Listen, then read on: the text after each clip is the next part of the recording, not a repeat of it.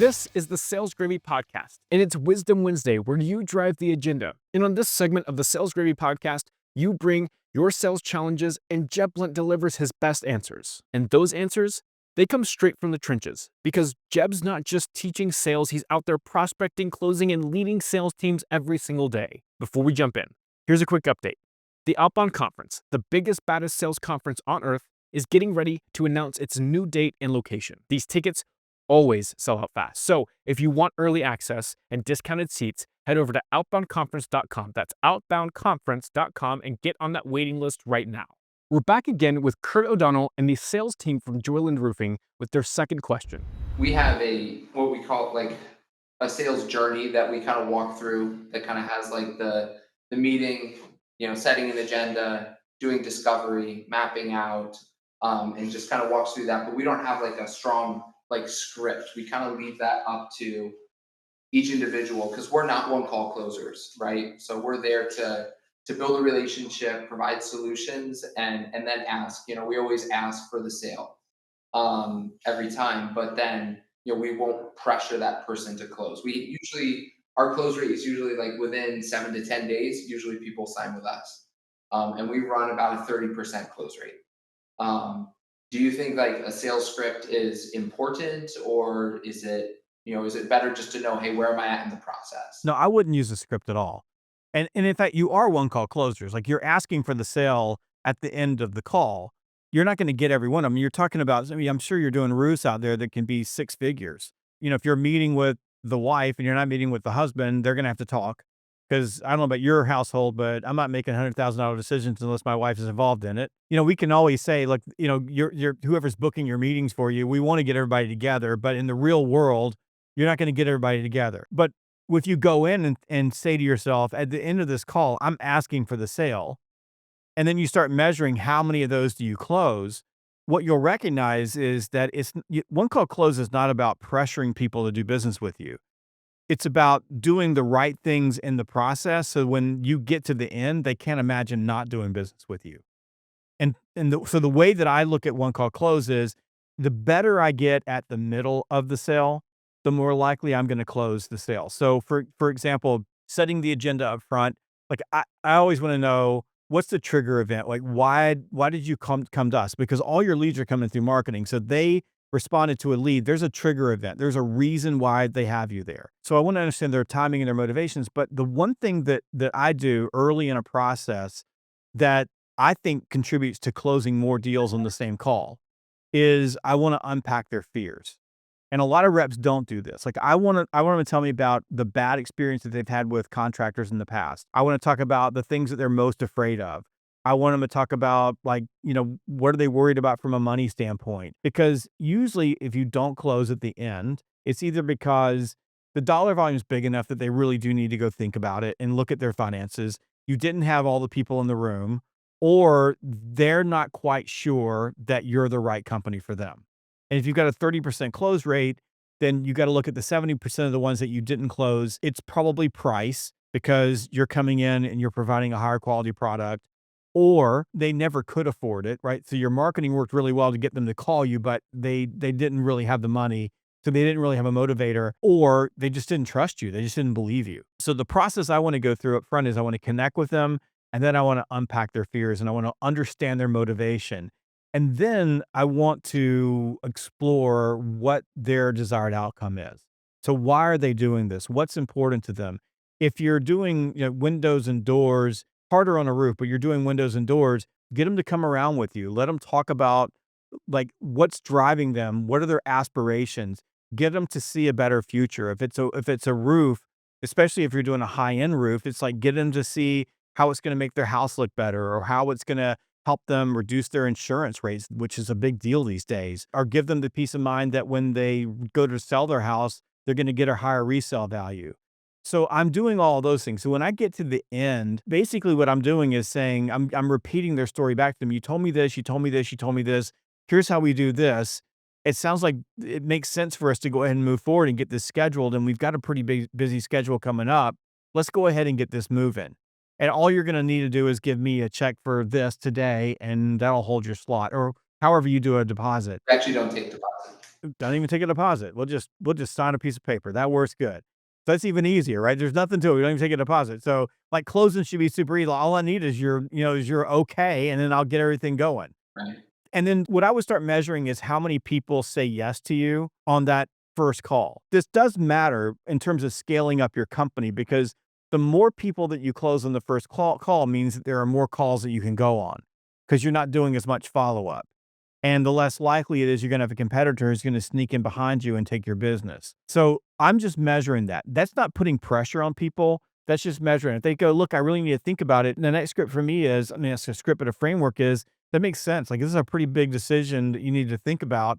Like, what's worrying you? And what I'm trying to do is get them to tell me, I'm just not sure, I've had a bad experience, or I'm not sure if this is going to work. I'm not sure if I can get the money. Then you can go back and deal with that objection, not so much as an objection that you're trying to overcome, but answering their question and helping to reassure them that they're making the right decision. And then if they really do need to think about it, or they need to put it off, we're not squeezing them. We're not pushing them hard. We're walking away, but we have everything on the table that we need to deal with. So our follow-up sequence from there is really around just getting them to stay engaged with us, keeping top of mind, and being there when they are in a place to make that call. And that's the routine I go through. I think if you go in with a script, you lose your authenticity, you lose your ability to really connect with them as human beings. You don't need that. You just need a process of steps. Like we always start here, we always connect. We're always asking these questions to help unpack what they're worried about. Let's get the objections on the table early, because when we go through the evaluation process and the exploration process about what's important to them, what do they want, and we begin making recommendations, we're able to come back and address those fears while they're not really objections. They're just fears. And then as we ask, it's not like there's like this hard place where we're closing. We're just asking because we've done all of this work together. We've collaborated on putting together a solution for you. Why wouldn't we move forward? And like literally, that's the stance that I take. I'm like, why wouldn't we move forward? Let's go ahead and do this. You don't even need to put a deposit down. Just tell me you're ready to go, and we'll go. And then if they express those fears, all I'm doing is I'm just reassuring them it's going to be okay, and we're going to take care of you. And if they legitimately need time to think about it, no pressure. I'll come back. That then builds that foundational relationship where they begin to trust you. That's the key thing is, especially in your business, you want to make sure that you're just building trust. And if you're running a script, you're not going to have any trust. You're just going to have a bunch of cardboard conversations. Like exactly what you said. If you're running a script, I don't trust people who work off of a script.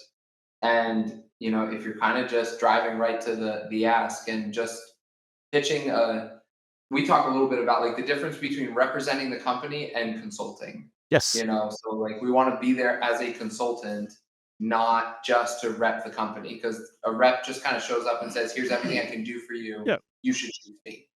Yeah, here's a quote. That's the difference between when you're a consultant, you build value bridges, right? You say, here are the things that you told me that were important to you.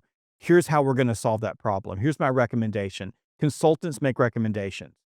That's why, as a consultant, if I'm making a recommendation and I've truly listened to you, why wouldn't you go ahead and make the decision to do business with me? If I'm walking through the door with the expectation that I'm a consultant and I'm so good at what I do, why wouldn't you do business with me? I can also, if I walk through the door and I find out that maybe this isn't the right fit for you, I can say that too. I can say, you know what? I've taken a look at everything that you got going on here in your roof.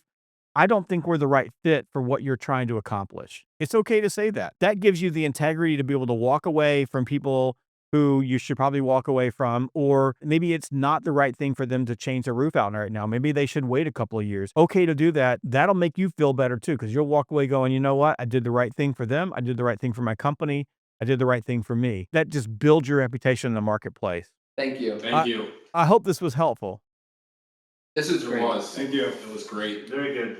And thank you all for listening to the podcast, and thank you for reading my books. I really appreciate you. I'm super grateful. Yeah. No, we appreciate you.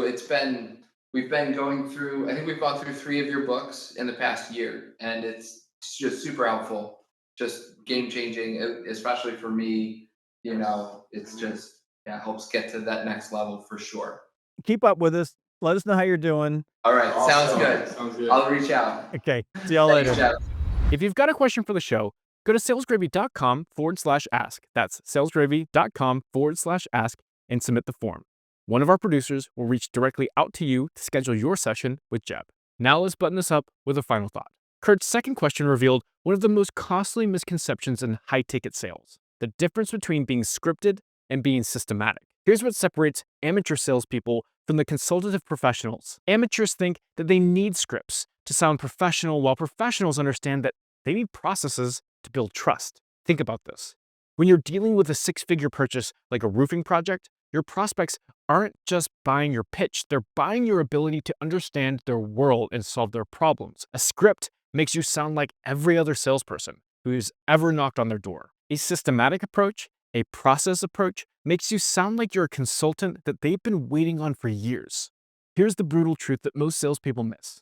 Scripts kill authenticity, and authenticity is the foundation of trust. When you're reciting memorized lines, you're not listening.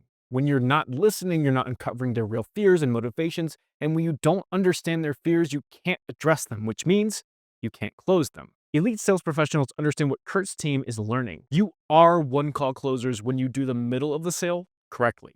It's not about pressure, it's about process. It's about unpacking their fears early, understanding their trigger events, exploring their desired outcomes, and building value bridges that connect their problems to your solutions. The best closers know when not to close. When you position yourself as a consultant rather than a rep, you earn the right to say, this isn't the right fit for you right now. That level of integrity doesn't just close more deals, it builds a reputation that generates referrals for decades. Remember this. Prospects don't trust scripts, but they trust systems.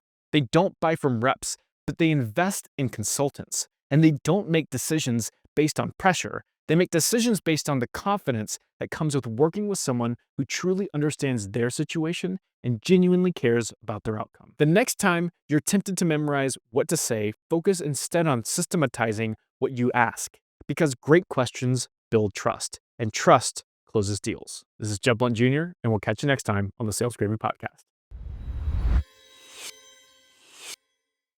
Hey, I'm doing a happy dance because you watched this video. Make sure that you click like and subscribe so that you never miss one of our amazing sales training videos.